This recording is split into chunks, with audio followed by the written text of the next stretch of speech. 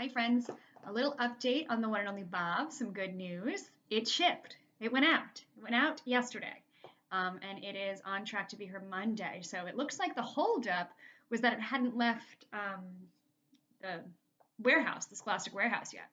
And now it is on its way and it should be here Monday, which means it should be in our Google Classroom on Tuesday. We're going to get back to Poetry Friday and Monday, but I thought I'd do another read aloud for today because I have some books at home that I love. And I like sharing picture books. And it's a nice little break from the chapter books and the poetry for a little while. So this story is called Be a Friend by Salina Yoon. And we see a boy here dressed with like a magician's hat on, and he's got face paint on like a mime. You know, mime is an actor or an actress that doesn't speak at all, uses actions instead of words. And then we see a girl here.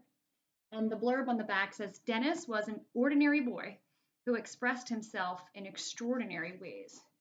Do you know that word, extraordinary? It looks like extraordinary, but we pronounce it extraordinary.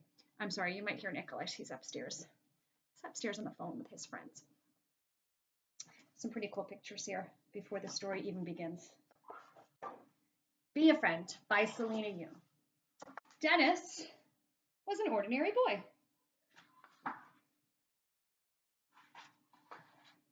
Who expressed himself in extraordinary ways. Everyone called him Mime Boy. I just spoke about mimes when I was discussing the cover. Dennis didn't speak a word. He would only act in scenes.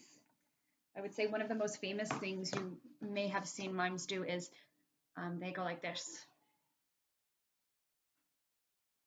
as if they're climbing a wall or stuck in a box. It's a popular part of their act. So these dashed lines that you see here, friends, are not here. He would act out that he's pulling a rope, but the rope isn't really there. He would act out that he's, in a box, but it wouldn't really be there. Same thing with riding a bicycle, walking up or down stairs. That's pretty cool. Have you ever tried to walk up or down stairs, pretend that they're there when they're not? That's something you might see mimes do. Some children would show and tell in class. We did that on Zoom last week. Dennis would mime instead. Egg, caterpillar, chrysalis, butterfly. Looks like they're learning about the life cycle in science. You guys did that in first grade, do you remember? Some children like to climb a tree. Dennis was happy to be a tree. But even trees got lonely sometimes.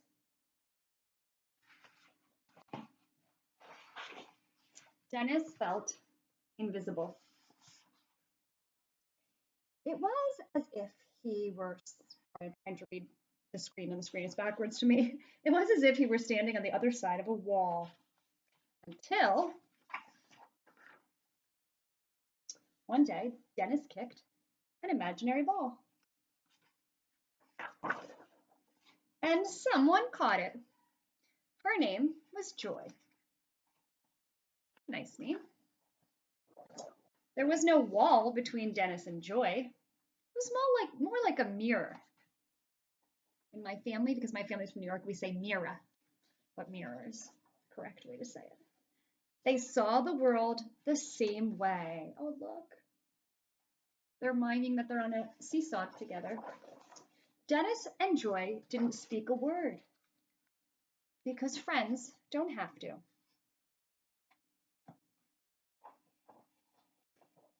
But they laughed out loud with jazz hands.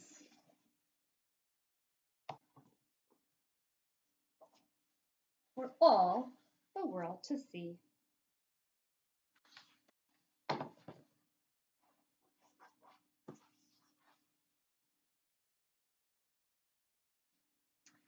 And that's the end, friends. It's a pretty short book. It leaves us wondering, is Dennis or Joy, are they children who cannot speak?